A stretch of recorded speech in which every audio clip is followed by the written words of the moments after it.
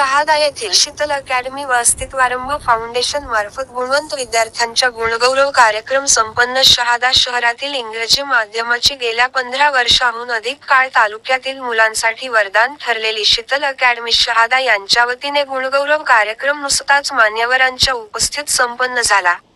याबाबत अधिक माहिती अशी की शहादा शहरातील मोहिद्या रस्त्यावरील गेल्या 15हून अधिक वर्षापासून इंग्रजांच्या माध्यमातून मुलांना इंग्रजी बोलता हा दृष्टिकोन समोर ठेवून शहादा तालुक्यातील बरेचसे विद्यार्थी त्यांच्या या अकॅडमीशी जोडले असेल. शहादात ही अकॅडमी एक ज्ञानवर्धन म्हणून ठरले आहे.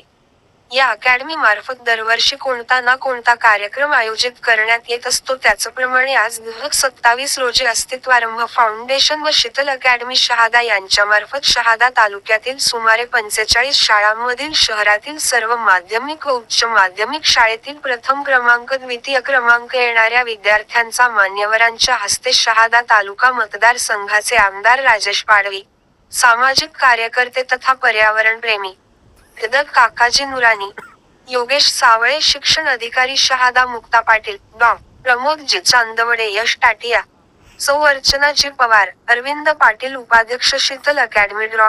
स्मिता जैन, प्रीतमजी निकम, अनिल पाटील सर, विनोद जैन, प्रशांत भाऊ मान्यवर उपस्थित होते.